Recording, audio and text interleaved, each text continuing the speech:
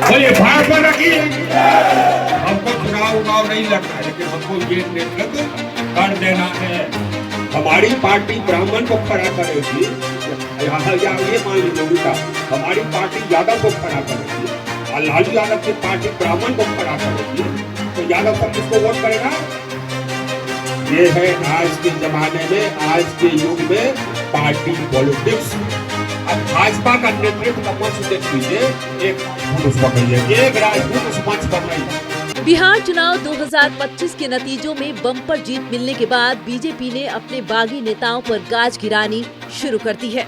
इसकी जद में सबसे पहले आए हैं आर.के. सिंह, यानी आरा के पूर्व सांसद, पूर्व केंद्रीय मंत्री और पूर्व नौकरशाह। आर.के. सिंह को बीजेपी ने पार्टी से 6 साल के लिए निकाल दिया है। पूर्व केंद्रीय मंत्री और आरा के पूर्व सांसद आर.के. सिंह पर भाजपा ने बहुत ही कड़ी कार्रवाई की है। बीजेपी ने उन्हें 6 साल के लिए पार्टी से निष्कासित कर दिया है। आर.के. सिंह ने हाल में बीजेपी की पार्टी लाइन से बाहर जाकर कई बयान दिए थे। इसे बीजेपी ने पार्टी विरोधी गतिविधि माना और उन पर ये बड़ा एक्शन ले लिया। पूर्णिया सीट चला गया, औरंगाबाद, यहां पर देखिए संदेश, अरे जगदीशपुर, अब चर्चा है औरों का, ये चर्चा है, लोग चर्चा करते हैं। पिछले चुनाव में क्या हुआ? भाजपा का कोर वोटर, लेकिन उसके जात का कैंडिडेट खड़ा हो गया, चला गया ना? चला गया कि नहीं चला गया? अब भाजपा का नेतृत्व का मंच देख लीजिए, एक राजपूत उस पर नहीं है, एक राजपूत उस मंच पर नहीं। ये क्या है भैया? क्यों है? अब बोलना होगा ना, हमको बोलने में थोड़े शर्म आती है, हमको बोलने में शर्म नहीं आती है। हमने आज तक जात पात नहीं किया, लेकिन तुम आंख में उंगली डालोगे, मुंह में उंगली डालोगे, तो हम बोल करके सुना देंगे, है ना? कोई नहीं कर सकता हमको कि हम जात पात किया या करते हैं, लेकिन आंख में उंगली मत डालो, मुंह में उंगली मत डालो। अगर मंच पर एक को राजपूत नहीं रहोगे तो हम कहेंगे ना जी, हमारा किसको डर है? यही बात है विश्वनाथ जी, सब जानता है, हम मूर्ख नहीं है। तुम करके जतियाओ, हम चुपचाप बैठे रहे। बिहार विधानसभा चुनाव 2025 के दौरान पूरे समय आर.के. सिंह कहीं भी न तो पार्टी के प्रचार में नजर आए और न ही बीजेपी के समर्थन में कोई बयान दिया। उल्टे चुनावी कैंपेन के दौरान कई मौकों पर पार्टी नेताओं के खिलाफ ही मोर्चा खोल दिया।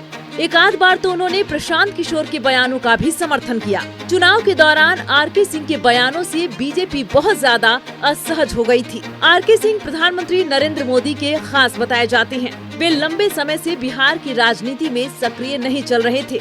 इस विधानसभा चुनाव में भी उन्हें कोई जिम्मेदारी नहीं दी गई। लंबे समय से आरोप लग रहे थे कि आर.के. सिंह पार्टी विरोधी गतिविधियों में शामिल थे।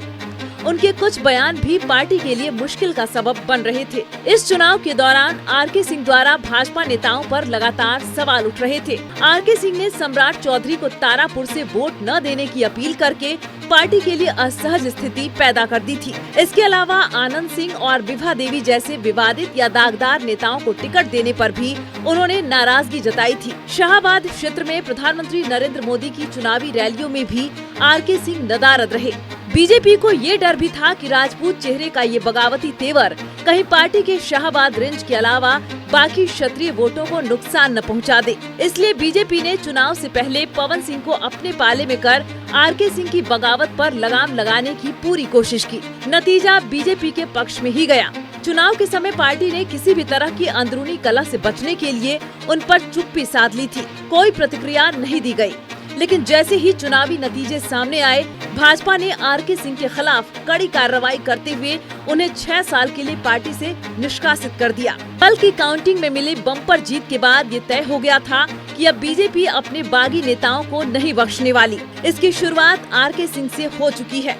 अभी तक आर.के. सिंह की कोई सार्वजनिक प्रतिक्रिया सामने नहीं आई है। उन्होंने न तो निष्कासन पर कोई बयान दिया है और न ही पार्टी के फैसले पर टिप्पणी की है।